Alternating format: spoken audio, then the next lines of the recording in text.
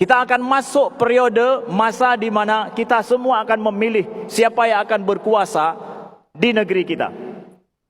Maka bagaimana iman ini punya pengaruh bagi handalnya negeri kita ke depan?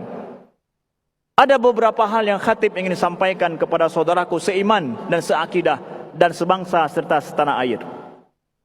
Yang pertama adalah bagi yang memilih, kita rakyat biasa, kita memiliki pilihan. Siapa saja anak bangsa ini memiliki pilihan.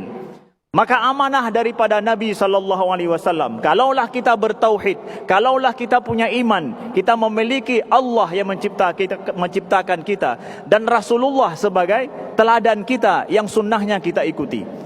Sabda Nabi SAW, "Idza duyi'atil amanah fantadhiris sa'ah."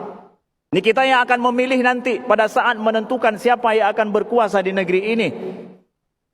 Rasulullah bersabda, "Idza duyi'atil amanah fantadhiris sa'ah." Apabila amanah itu dihilangkan, disia-siakan, tunggulah kehancuran.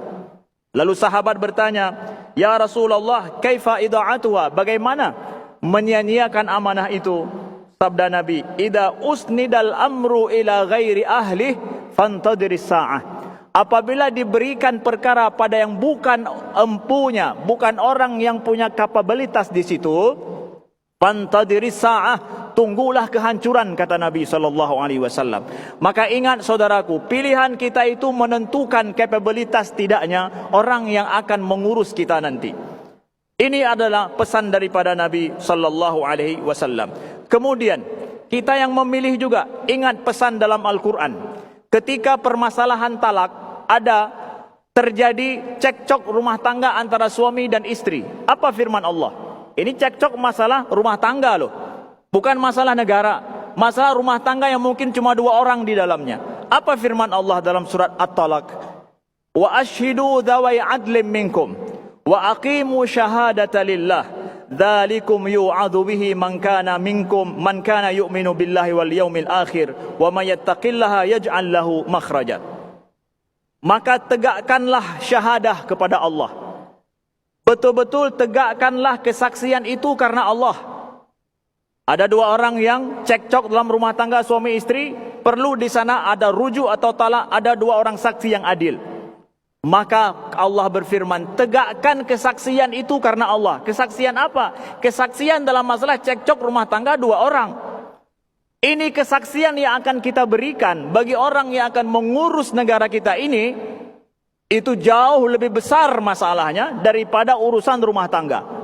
Akankah kita bersaksi bukan karena Allah? Bersaksi karena uang? Di mana hati nurani dan iman kita? Urusan rumah tangga saja, aqimu syahadata lillah, tegakkan kesaksian karena Allah. Bagaimana dengan urusan negara yang ada umat Nabi di situ 280 juta lebih umat Nabi SAW? Tidakkah lebih pantas kita tegakkan kesaksian karena Allah? Kemudian terakhir adalah bagi yang ingin berkuasa. Saudaraku yang dimuliakan Allah, siapa saja yang ingin berkuasa telah diberikan hak siapapun untuk berkuasa di negeri ini.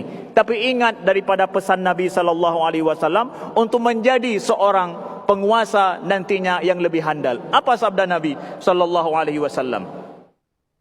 Kata Nabi, "Innakum satahrisuna 'alal imarah wa satakunu nadamah yaumal qiyamah."